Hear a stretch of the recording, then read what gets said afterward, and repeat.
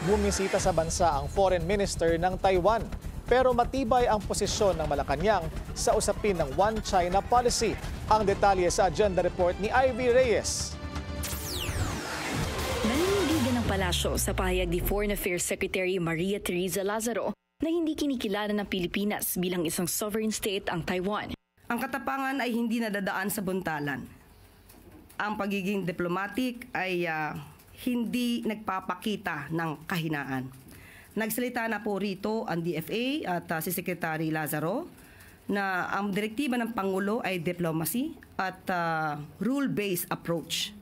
At sinabi rin naman ng Pangulo na we are not waging any war. At sinabi rin niya na hindi tayo uurong sa anumang labanan.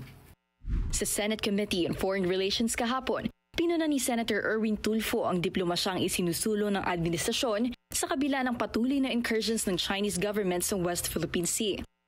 And then what we're doing is diplomacy. It's like bringing a pen to a gunfight. And then diplomacy without deterrence is weakness, Madam Secretary, Madam Chair.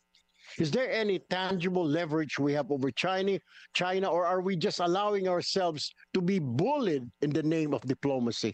Sa parehong sesyon, pinagtibay ng Department of Foreign Affairs ang posisyon ng Pilipinas sa sigalot sa Taiwan at sinabing naninindigan pa rin tayo sa One China policy. Isang joint communique na pinirmahan pa ni late President Marcos Sr. noong 1975. Itinanggi rin ng DFA na may Taiwanese official na kasama sa business delegation na bumisita sa bansa. Ayon naman sa palasyo, sakaling may pumutok na gulo sa Taiwan, handa itong i-rescue ang halos 200,000 Pilipinong nasa Taiwan ngayon. Para sa agenda, Ivy Reyes, Billionaire News Channel.